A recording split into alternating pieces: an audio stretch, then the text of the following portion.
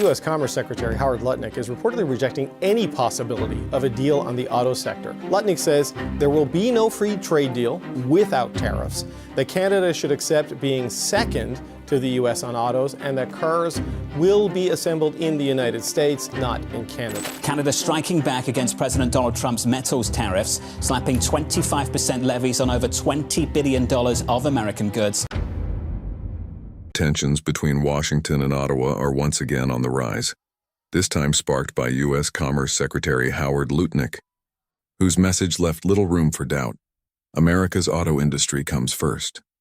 Speaking in Toronto, Lutnick hinted that vehicle production could soon shift south of the border, threatening decades of cross-border cooperation that once defined North America's manufacturing strength.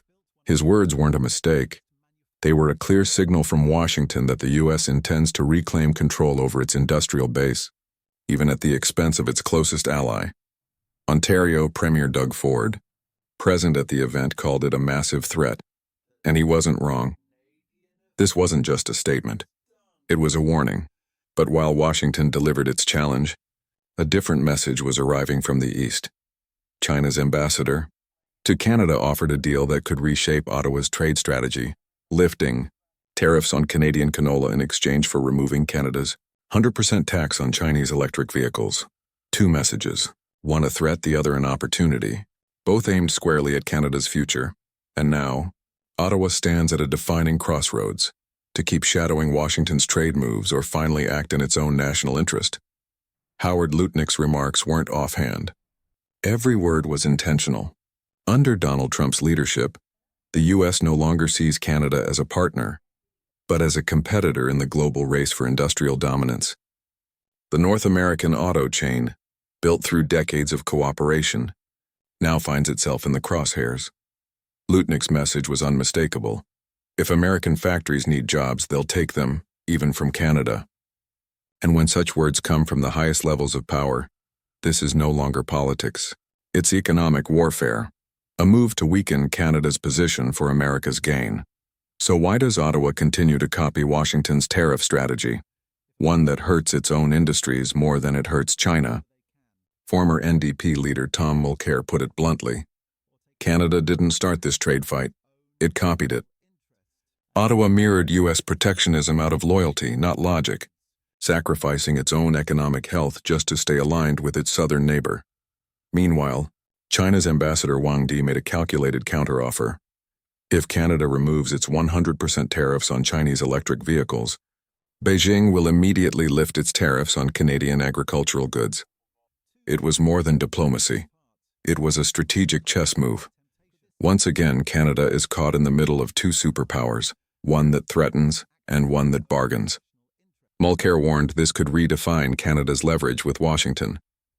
If Beijing follows through, Ottawa could regain access to one of its most profitable agricultural markets, restoring billions in lost exports for prairie farmers. What makes this moment even more striking is how it began. Before Trump's re-election, Canada chose to mirror Washington's 100% tariff on Chinese electric vehicles, without any independent strategy of its own. It wasn't economics, and it was politics, a gesture of loyalty to the U.S., not a move to protect Canadian interests. The U.S., worried about China's surge in affordable, high-quality EVs, acted to slow the competition, and Canada simply followed. The backlash came fast.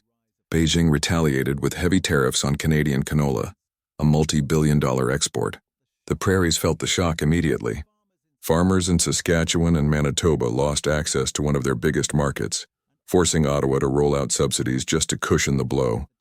Once again, America gained while Canada paid the price. By copying U.S. tariffs, Canada earned no reward, only new pressure.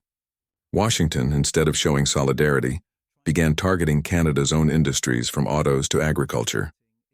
The idea of North American unity has never looked weaker. As Tom Mulcair observed, this pattern is old. Canada sides with Washington and ends up bearing the cost. The U.S. protects its industries. Canada protects its loyalty. And now, that loyalty is being met with economic threats and calls to move factories south. But just as one superpower threatens to take away, another offers to give. In a rare interview, China's ambassador to Canada, Wang Di, addressed the issue directly. He confirmed that Beijing's tariffs on Canadian canola, steel, and aluminum were a direct response to Canada's own tariffs on Chinese EVs. Then came the turning point.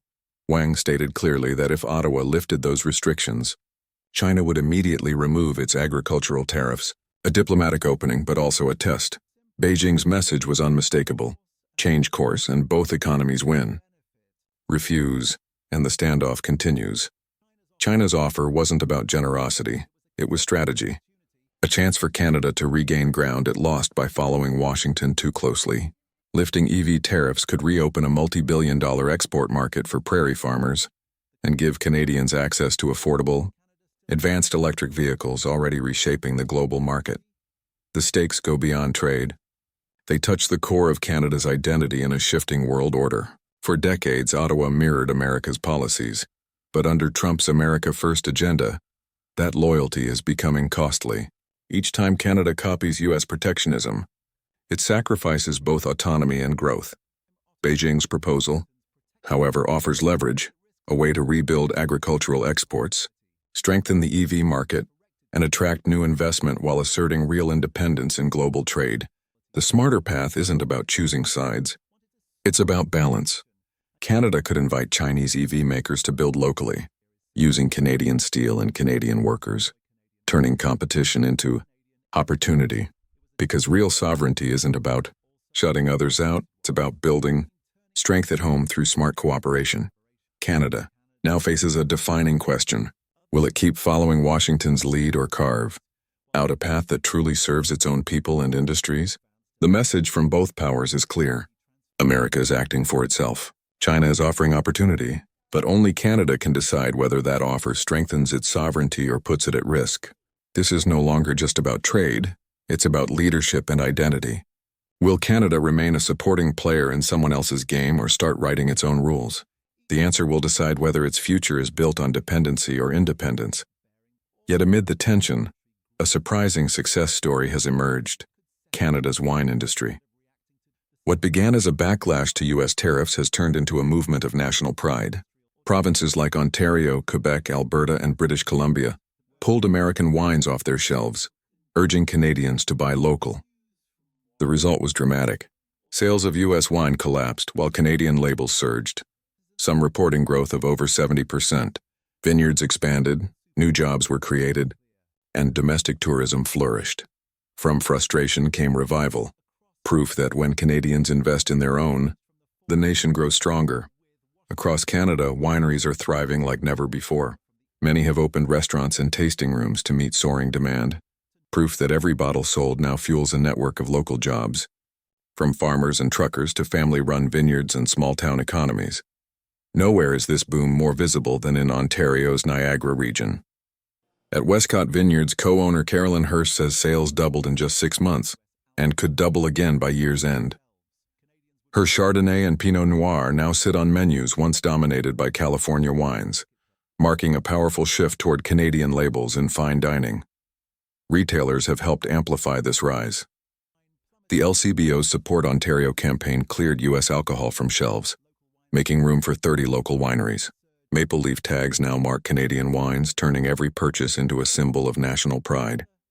If this momentum continues, Canada's wine industry could soon rival the best in the world, powered not by tariffs or politics, but by a renewed belief in what Canadians can create for themselves. To see more videos, subscribe my channel.